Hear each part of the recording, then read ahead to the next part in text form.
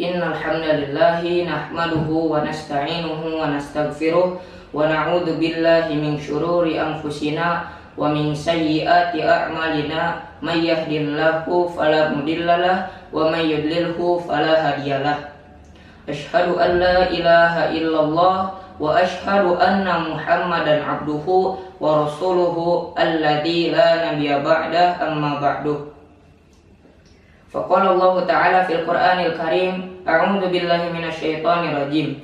Wasari'u ila magfiratin min rabbikum wa jannatin arduhas samawati wal ard u'iddat lil muttaqin. Al-ayat.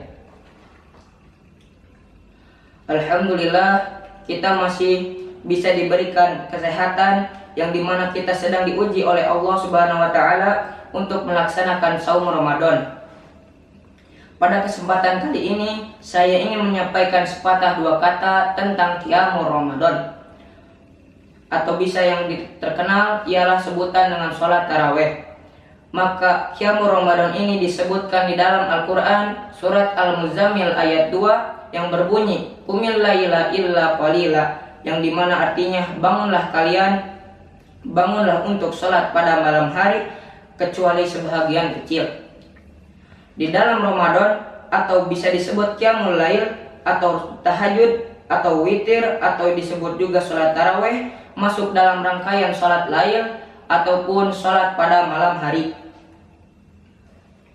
Apabila kita temukan sholat tanpa tidur terlebih dahulu, maka itu yang disebut dengan qiyamul Ramadan. Dengan cara ketika kita apabila melaksanakan qiyamul Ramadan dengan santai, dengan rileks, maka itu bisa disebut dengan taraweh. Karena tarawih itu yang artinya santai. Dan ketika kita bertemu dengan sholat malam yang diharuskan untuk tidur terlebih dahulu, maka itu disebut dengan witir, maka itu disebut dengan sholat tahajud. Dan apabila kita temukan juga sholat yang diharuskan ganjil, maka itulah yang disebut dengan witir. Dan ketika sholat itu terjadi di bulan Ramadan, maka namanya menjadi qiyamul Ramadan. Dan ketika dilaksanakannya dengan cara yang santai, sekali lagi itu maka disebut dengan sholat taraweh, yang artinya rileks atau santai. Kemarin hampir sedikit masjid itu melaksanakan sholat taraweh yang dimana 4 rakaatnya itu bisa sampai 10 detik. Karena apa? Karena sholat itu ingin tergesa-gesa, ingin terburu-buru atau terburu-buru. Maka sholat yang seperti itu sangat jauh dari makna asalnya. Maka demikianlah Rasulullah SAW menghidupkan malam-malam di bulan Ramadan dengan melaksanakan. Demikian Rasulullah SAW menghidupkan malam-malam di bulan Ramadan dengan senantiasa melaksanakan qiyamul Ramadan. Walaupun panjang ayatnya, Rasulullah SAW tidak mencontohkan langsung pun untuk tergesa-gesa, karena salah satu hikmahnya khawatir nanti kepada umat Islam di antara kepada para sahabat, jika pada waktu itu sholat taraweh dilaksanakan setiap hari secara berjamaah, maka Rasulullah SAW khawatir turun suatu ketunaian untuk sholat taraweh, karena khawatir menjadi suatu kewajiban. Tetapi demikianlah Rasulullah SAW mengerti dengan keadaan umatnya. Nabi Muhammad SAW tahu bagaimana umatnya akan menghadapi ibadah-ibadah di kemudian hari.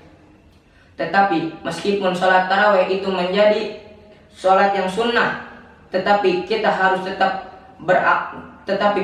tetap berjamaah di lain hari untuk melaksanakan sholat selain sholat taraweh. Semoga kita termasuk orang-orang yang melaksanakan sunnah, yang mendatangkan maghfirah Allah, dan insya Allah juga kita termasuk golongan-golongan orang yang termasuk di dalam surga, yang memasuki pintu yang bernama Babu Syam atau yang disebut juga Babur Royan. itu adalah pintu untuk orang-orang yang senantiasa melaksanakan saum. Demikian yang dapat saya sampaikan, dan semoga bermanfaat serta menjadi maghfirah pengingat untuk saya supaya terus meningkatkan amal ibadah saya untuk meningkatkan kualitas iman dan serta meningkatkan kualitas ilmu di bulan Ramadan ini. Rabbana la tuzigh qulubana ba'da idh hadaitana wa hab lana min ladunka rahmah innaka antal wahhab. Rabbana atina fid dunya hasanah wa fil akhirati hasanah wa qina adzabannar.